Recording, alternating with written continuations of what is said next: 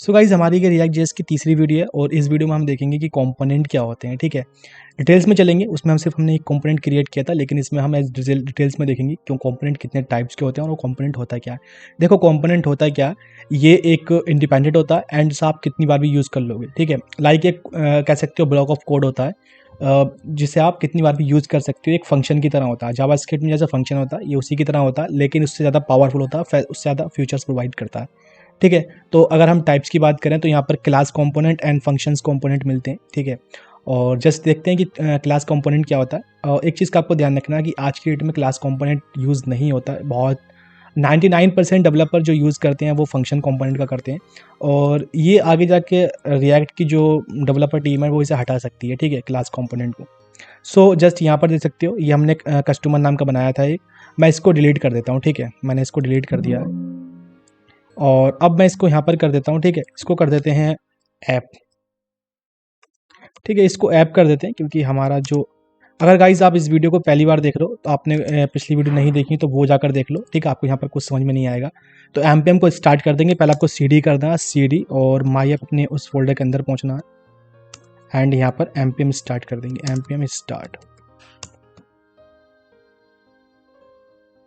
तो जो first time जब एमपीएम को स्टार्ट करते हैं तो कुछ ये टाइम लेता है। ठीक है, और बाद में बहुत फास्ट होता है। सो एक जब तक ये स्टार्ट होता है एक चीज़ और देख लेते हैं। यहाँ पर हम नोड को भी देखेंगे कि एमपीएम क्या होता है। ठीक है, नोड पैकेज मैनेजर होता है, ये करता है क्या है, इसका रोल क्या होता है। ठीक है, ये इंटरव्यूअर पूछ लिया जाता है, इंटरव्यूअर इससे काफ़ी ज़्यादा पूछते हैं कि एमपीएम होता है क्या, इसका रोल क्या होता है। ठीक है, तो इसे देखेंगे हम यहाँ पर, इसे भी देखेंगे और यहाँ पर क्लास कॉम्पोनेंट और फंक्शन कॉम्पोनेंट को भी देखेंगे। सो यहाँ पर ये हो चुका है। आई थिंक मुझे कुछ एरर दे रहा है, कह रहा है कि कस्टमर जो है वो नहीं है। ठीक है, तो मुझे इसे हटा देना है यहाँ से कस्टमर। ठीक है, ये वाला यहाँ से हटा देंगे इसे हम, इसको सेव करेंगे। ठीक है, सक्सेसफुली चल जाएगा अब। तो यहाँ पर देख सकते हो हेलो वर्ल्ड हमारा आ रहा है, जो आउटपुट हमारा app.js में था यहाँ पर।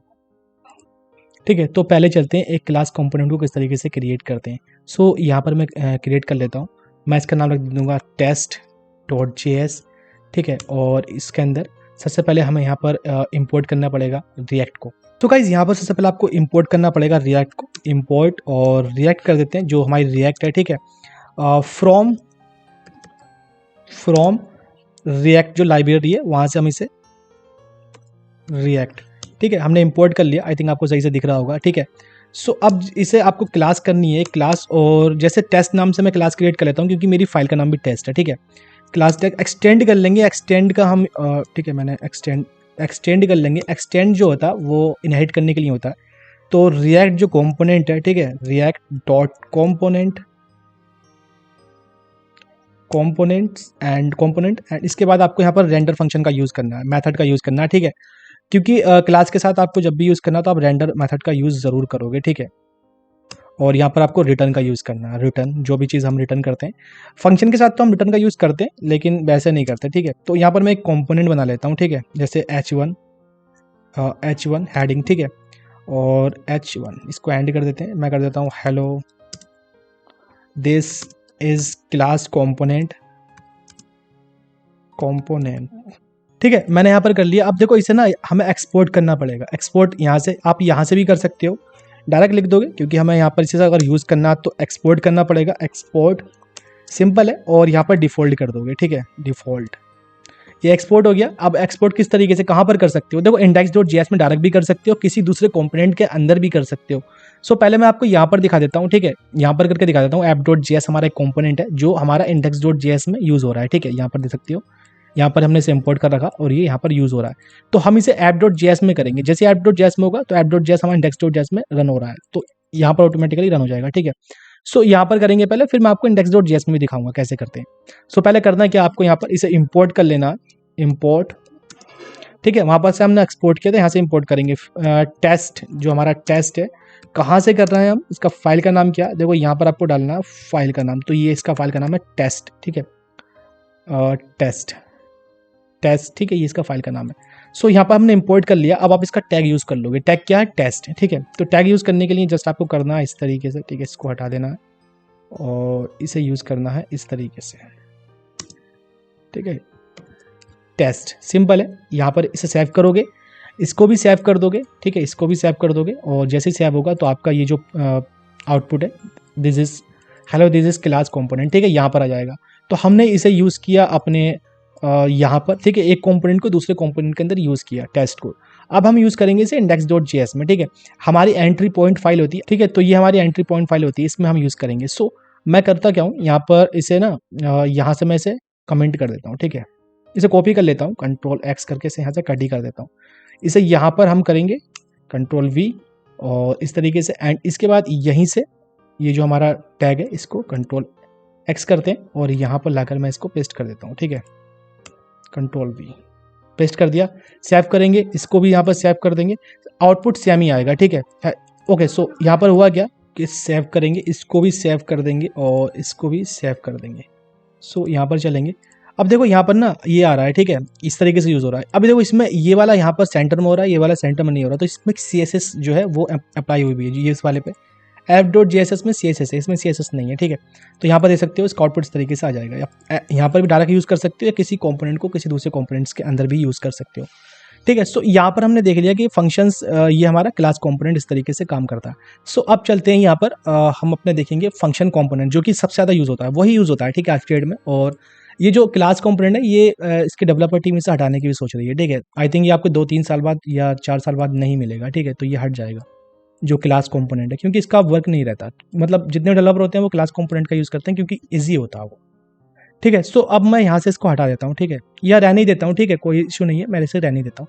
अच्छा, इसे एक हटाने से पहले एक चीज़ आपको दिखाऊँ, यहाँ पर अगर आप एक और टैग बनाओगे ना, जैसे मैं बना देता हूँ H2, ठीक है, तो H2 अरे इसमें इस तरीके से काम नहीं करता है, एमिट H2 कर देता हूँ, ठीक है, इसको भी H2 कर देता हूँ और ठीक है, गलत कर दिया मैंने, इस तरीके से कर देता हूँ H2, hello this is second heading, तो सेकेंड हेडिंग कर देते हैं इसको, सेकेंड हेडिंग।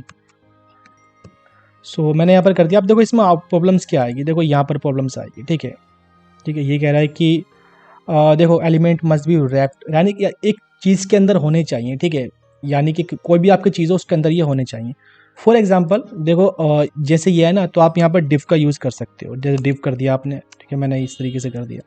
ये एज अ बिगनर आपको प्रॉब्लम्स दे सकता है, ठीक है, आपको थोड़ी प्रॉब्लम्स भी आई, जैसे मैंने डिव कर दिया है, ठीक है, डिव और ओके, सो इस तरीके से कर देते हैं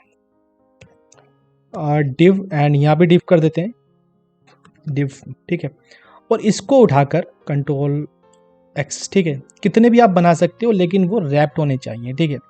किसी ने अब देखो ये एक ही टैग के अंदर रैप्ड होगा, डिव के अंदर रैप्ड होगा, ठीक है। अब आप इसे, इसमें कोई भी एरर नहीं आएगी, ठीक है। Hello this is second heading, कितने भी कंपोनेंट, कितने भी आप इसमें यहाँ पर टैग डाल सकते हो HTML के, या ये टैग क्रिएट कर सकते हो, ठीक है। सो ये इस तरीके से आप आपको अगर आप बिगनर हो तो आपको एरर आ रही होगी, ठीक है, अगर आप डबल यूज़ कर रहे होगे तो आपको टैग के अंदर यूज़ करना है, डिफ के अंदर कितने भी आप टैग क्रिएट कर सकते हो। सो अब चलते हो फंक्शंस कंपोनेंट क्या होता है। मैं इसको क्या करता हूँ, यहाँ से इस जगह से हटा देता हूँ, ठीक है। सो यहाँ पर एक फाइल क्रिएट कर लेते हैं एग्जाम्पल, ठीक है, example.js यहाँ पर कर लिया, और फंक्शंस बना लेते हैं, ठीक है, फंक्शन बना लेता हूँ यहाँ पर एग्जाम्पल नाम से बनाएंगे हम, क्योंकि एग्जाम्पल, और ठीक है, और यहाँ पर कर देंगे हम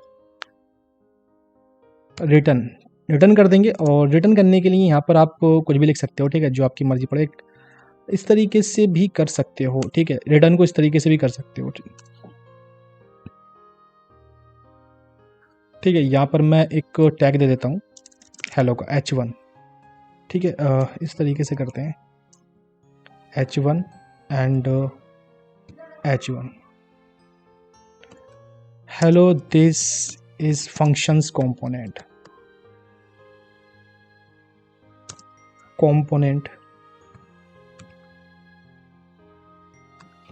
नेम्स, ठीक है। सो अब ये फंक्शन कंपोनेंट हो गया, इससे अभी हमें एक्सपोर्ट करना पड़ेगा, ठीक है, तो एक्सपोर्ट कर देंगे इसको, एक्सपोर्ट डिफ़ॉल्ट कर देंगे और डिफ़ॉल्ट, एंड इसका यहाँ पर नाम दे देंगे, तो एग्जाम्पल ये बनाया था हमने, ठीक है। सो इतना हो गया, और अब आप इसे यूज़ कर सकते हो कहीं पर भी, ये हमारा एक फंक्शन कंपोनेंट हो गया। कितना ईजी है देखो, ये बहुत ज़्यादा ईजी है आपके क्लास कंपोनेंट से, तभी तो ये ज़्यादा यूज़ होता है।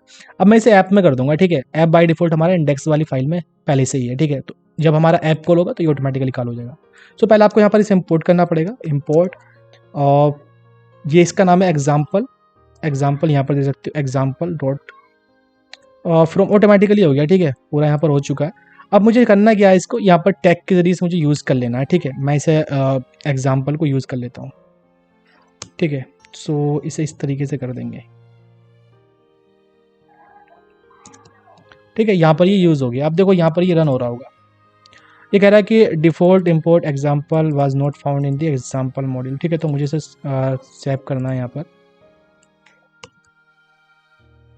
ठीक है। तो अगर मैं इसे इस तरीके से लगा रहे हैं तो कोई इशू नहीं है, ठीक है। इसका सेव नहीं किया था आई थिंक, तो उसकी वजह से ये मैं यहाँ पर एरर दी थी इसने कि डिफ़ॉल्ट फाउंड नहीं हुआ से, ठीक है। सो अब हो चुका है, सेव कर लेना आपको। तो this is the functions component. अच्छा, एक ये चीज़ ऊपर आ रही है और ये जो हमारे टैग है ये नीचे आ रहे हैं, तो ऐसा क्यों हो रहा है? तो इसकी चीज़ देखो, यहाँ पर इंडेक्स में जाओगे तो ऐप ऊपर है पहले, ठीक है। जो ऐप से आ रही है ना, ऐप में क्या आ रहा है आपका, हेलो वर्ल्ड आ रहा है, और एग्जाम्पल वाला जो हमारा ये फंक्शन कंपोनेंट है ये यहाँ से आ रहा है। तो उसके नीचे टेस्ट है। अगर मैं टेस्ट को कंट्रोल एक्स करके इसको ऐप से ऊपर कर दूँ तो पहले ये आएगा टेस्ट वाला, ठीक है।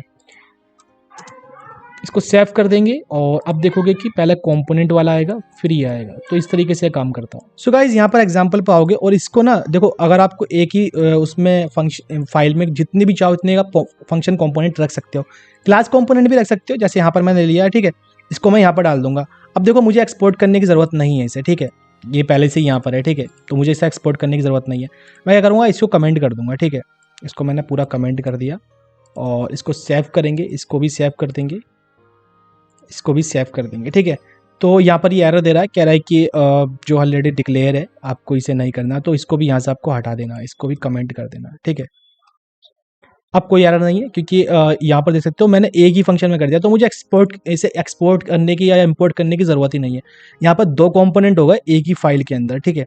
सो अगर आप देखोगे तो आउटपुट आपका सेम ही आएगा, hello world, hello this is functions component, ठीक है।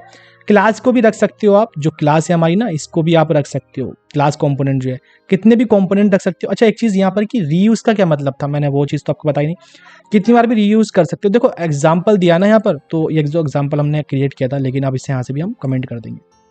सो मैं इसे दोबारा से वही करूँगा, ठीक है। मैं इसे इस तरीके से कर दूँगा, ठीक है। इसको यहाँ से हटा देंगे और इसको, ठीक है, यहाँ पहले से इसको हम इस तरीके से कर देंगे। और ये जो app.js के अंदर हमने ये लिया ना, इसको हम कमेंट नहीं बल्कि डिलीट ही कर देंगे, ठीक है। सो मैंने ये कर दिया। अब इस तरीके से ना मैं सेव करूँगा, इसे भी मैं सेव करूँगा।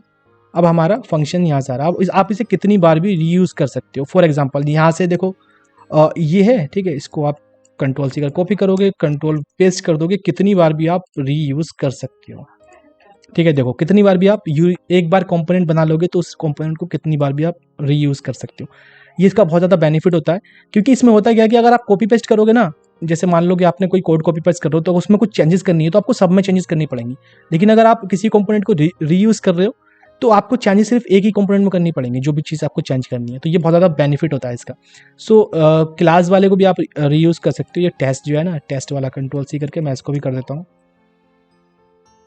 कितनी बार भी आप इसे रीयूज़ कर सकते हो, नो इशू, ठीक है। इस तरीके से ये रीयूज़ होता रहेगा। सो इसको मैं हटा देता हूँ, ठीक है, एक ही रहने देते हैं। और मैं क्लास वाले को तो अब हटा ही दूंगा, ठीक है, क्योंकि उसकी हमें यूज़ भी नहीं करना उसे। और वो मैंने बता दिया क्योंकि आपको इंटरव्यूअर अगर पूछ लेता, आपको पता होना चाहिए ये क्लास कैसे काम करती है। इसको भी यहाँ से हटा देंगे, ठीक है। और ये जो हमारा क्लास वाला है ना, इंडेक्स से मैं इसे कंप्लीट हटा चुका हूँ। मैं इसको भी यहाँ से बता दूंगा, टेस्ट वाला। इसको सेव करेंगे और यहाँ पर जो हमारा टेस्ट है ना, इसको मैं डिलीट कर दूंगा, ठीक है, मुझे इसकी ज़रूरत भी नहीं, ठीक है। मैंने इसे डिलीट कर दिया और अब मेरा सिर्फ एग्जाम्पल वाला बचा और app.js। एंड गाइज अब देखो, हमने यहाँ पर देख लिया कि इसे कितनी बार आप यूज़ कर सकते हो, कहीं पर भी जाकर रख सकते हो, कितनी बार भी इसे कॉपी पेस्ट कर सकते हो, यहाँ से इसे उठा के रख सकते हो। सो अब यहाँ पर चलते हैं कि npm क्या होता है, ठीक है। एज देखते हैं उसको। मैं जस्ट यहाँ पर चलता हूँ कि npm क्या होता है। देखो npm आपका नोड पैकेज मैनेजर होता है। जितने भी ये पैकेज है ना, ये जो आपको पैकेज दिख रहे हैं, ठीक है, ये भी जितने भी आपके पैकेज हैं यहाँ पैकेज ऑटोमेशन में, इस सारे npm ही संभालता है, ठीक है। कोई भी अगर आपको पैकेज डाउनलोड करना होगा या कोई भी इंस्टॉल करना होगा, वो आप npm की हेल्प से ही करोगे। फॉर एग्जांपल यहाँ पर मैं चलता हूँ, देखो टर्मिनल पर आपको आना, न्यू टर्मिनल कर देना। सो आपको यहाँ पर करना क्या है, देखो यहाँ पर करना है npm इंस्टॉल और पैकेज का नाम, पैकेज नेम, वो पैकेज यहाँ पर ही इंस्टॉल कर देगा। जितने भी ये पैकेज की जो डेटा सारा ना पैकेज, ये सब आपका npm ही संभालता है। यहाँ पर आपको कुछ भी करने की ज़रूरत नहीं है। सारा कुछ ये एमपीएम ही देखेगा और यहाँ पर ये पैकेज को संभालने का काम भी इसका ही होता है। तो इस तरीके से जो हमारा एमपीएम होता है पैकेज को संभालता है, ठीक है, और पैकेज को इंस्टॉल करता है। जो भी चीज़ आप करनी है ना यही करेगा। और यहाँ पर यही था। बाकी इसमें जो एमपीएम का जो अल्टरनेटिव है ना वो एक और है, यान, ठीक है, वो भी आप देख सकते हो। यान जो है वो इसका अल्टरनेटिव है, लेकिन अक्सर लोग जो होते हैं वो एमपीएम को यूज़ करते हैं। 99% जो लोग होते हैं वो एमपीएम को ही यूज़ करते हैं, ठीक है। तो इस वीडियो में इतना ही, एंड नेक्स्ट वीडियो में देखेंगे कि रिएक्ट जेएस ट्यूटोरियल को मैं हम how to use CSS in React JS and image को कैसे, और एक छोटा सा प्रोजेक्ट क्रिएट करेंगे जितना भी हमने अब तक सीखा उसकी हेल्प से, क्योंकि प्रोजेक्ट ही आपको रिएक्ट जेएस में मास्टर कराएंगे, ठीक है। वरना अगर आप ऐसे ही पढ़ते रहोगे तो आपको रिएक्ट जेएस में चीज़ें वो समझ में नहीं आएंगी, ठीक है। तो हम यहाँ पर एक प्रोजेक्ट करेंगे और CSS को कैसे रिएक्ट जेएस में आप यूज़ करते हो, इमेज को कैसे यूज़ कर सकते हो, और एक छोटा सा प्रोजेक्ट देखेंगे। सो गाइस इस वीडियो में इतने, एंड मिलते हैं नेक्स्ट वीडियो में। Thanks for watching guys.